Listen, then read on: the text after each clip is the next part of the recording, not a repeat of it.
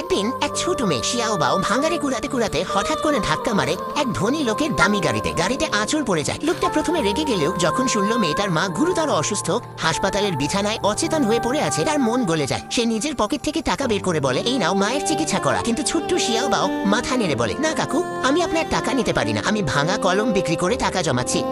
খালু মাকে হাসপাতালে নিয়ে যাবেন। বলেই সে একটি কাগজ বের করে নিজের হাতে লেখা ঋণপত্র। মা বলেছেন ভুল করলে দায়িত্ব নিতে হয়। আমি টাকা জমালেই গাড়ি ঠিক করার খরচ আপনাকে দেব। লোকটা চুপচাপ ঋণপত্রটা নিয়ে নেয়। দূরে চলে যাওয়া মেয়েটার দিকে তাকিয়ে তার মনে পড়ে যায় নিজের নিখোঁজ স্ত্রী আর সন্তানের কথা। বছর কয়েক আগে গর্ভবতী স্ত্রী এক দুর্ঘটনায় নিখোঁজ হয়েছিল। আজও সে খুঁজে বেড়াচ্ছে, কিন্তু সে জানতো না এই শিয়াওবাওই তার নিজের রক্তের মেয়ে। অন্যদিকে শিয়াওবাও তার কোমায় থাকা মাকে হাসপাতালে নিয়ে আসে। খালু উত্তেজিত হয়ে বলে, আজই অপারেশন হবে, শুধু টাকা দিলেই। শিয়াওবাও 3 বছর ধরে জমানো সব টাকা তুলে দেয়, কিন্তু খালু তাকে দেয় এক কাগজ। আসলে সেটা অস্থি মজ্জা দানের চুক্তি। এটা অপারেশনের কাগজ। মিথ্যা বলে তারা সই করিয়ে নেয়। পরে পানি আনতে গিয়ে শিয়াওবাও লুকিয়ে শুনে ফেলে তার মাকে বিক্রি করে দেওয়া হয়েছে এক ধনী মহিলার কাছে। ডাক্তারের কথা মনে পড়ে দেয়, আর একবার ক্ষতি হলে তোমার মা আর জাগবে না। সে সিদ্ধান্ত নেয় আজই মাকে নিয়ে পালাবে। সে মাকে হুইল চেয়ারে বসিয়ে চুপি চুপি বেরিয়ে যায়। খালু টের পেয়ে তাড়া করে। হাসপাতাল জুড়ে হইচই। পথে শিয়াওবাও আবার সেই লোকটার সঙ্গে ধাক্কা খায়। তার গলার জেডের লকেট পড়ে যায়। লোকটা চিনে ফেলে এটা তাদের পারিবারিক স্মৃতি। সে চুল নিয়ে ডিএনএ টেস্ট করায় রিপোর্ট আসে শিয়াওবাওই তার মেয়ে। ঠিক সেই সময় খবর আসে এক ছোট মেয়ে আর অচেতন মাকে নিয়ে হাসপাতাল থেকে পালাচ্ছে। লোকটা ছুটে যায়। অন্যদিকে শিয়াওবাও শেষ উপায় হিসেবে এক লাশবাহী গাড়িতে মাকে লুকিয়ে ফেলে।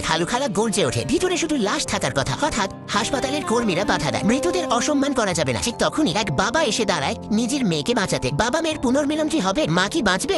পার্ট 2 দেখতে চাইলে কমেন্ট করো।